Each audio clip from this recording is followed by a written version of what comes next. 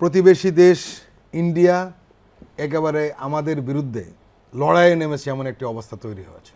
ঠিক এই সময় বাংলাদেশের সব মানুষ এক জায়গায় হয়েছেন এবং আপনি জানেন যে প্রধান উপদেষ্টা প্রফেসর ডক্টর ইউনূস সব রাজনৈতিক দলদের সঙ্গে বসেছিলেন এবং সেখানে যে মূল কথাটা এসেছে, সব রাজনৈতিক দল বলেছে যে আমরা সবাই ঐক্যবদ্ধ আছি।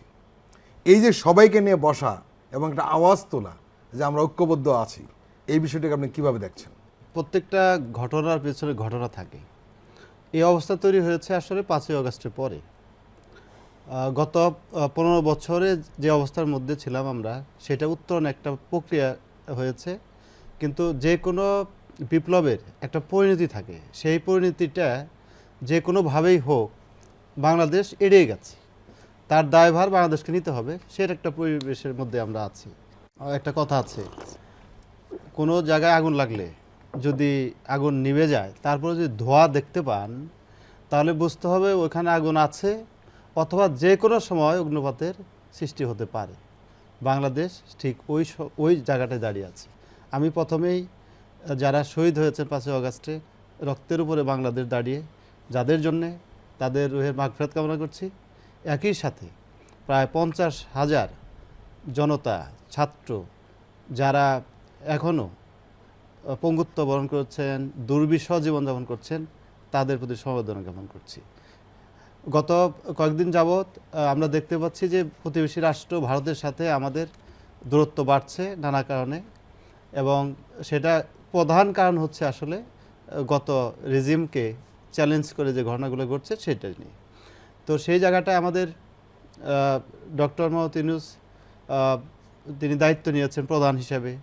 কাজেই উনি যে ঐক্যের ডাক দিয়েছেন, এটা স্বভাবতই বাংলাদেশের সব দল কিন্তু একত্র হয়েছে এবং সবাই এক বাক্যে কথা বলছেন। কাজেই এই জাতীয় ঐক্যের প্রশ্নে আমাদের সাড়া দেওয়া উচিত প্রত্যেককেই, এবং বাংলাদেশকে যদি আমরা স্বাধীন সার্বভৌম রাষ্ট্র হিসেবে দেখতে চাই, আমাদের যত ধরনের বাধা আছে, চ্যালেঞ্জ আছে, সেই চ্যালেঞ্জগুলো আসলে মোকাবেলা করতে হবে। সেই চ্যালেঞ্জগুলো অর্থনৈতিক, সামাজিক, সাংস্কৃতিক নানা প্রেক্ষাপট থেকে বিবেচনা করতে হবে।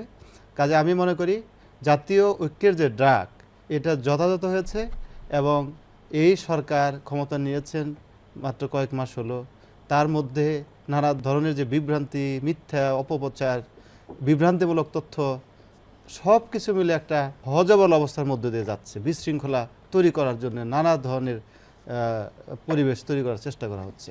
কাজে সেই দৃষ্টিকোণ থেকে আমি বলবো যে আপনারা প্রত্যেকের দায়িত্ব আছে, এই উত্তরণ ঘটাতে হবে এটাকে, এবং এখান থেকে বের হওয়ার জন্য জাতীয় ঐক্য না, শুধু প্রত্যেকটা মানুষের আসলে মনের সংস্কারটা দরকার। যদি আমরা জাতীয় ঐক্য চাই, যদি জাতীয় সংস্কার চাই, তাহলে প্রত্যেকটা মানুষের নিজেকে আগে প্রশ্ন করতে হবে, আমরা কি আসলে ভালো বাংলাদেশ চাই? আগামীর বাংলাদেশ যে হবে সেটা আমরা কেমন দেখতে চাই? আমরা যদি ভালো চাই, মূল্যবোধ, আদর্শ, আমাদের সংস্কৃতি টিকে রাখতে চাই, অবশ্যই আমাদের এই জাতীয় ঐক্যের কোনো বিকল্প নেই।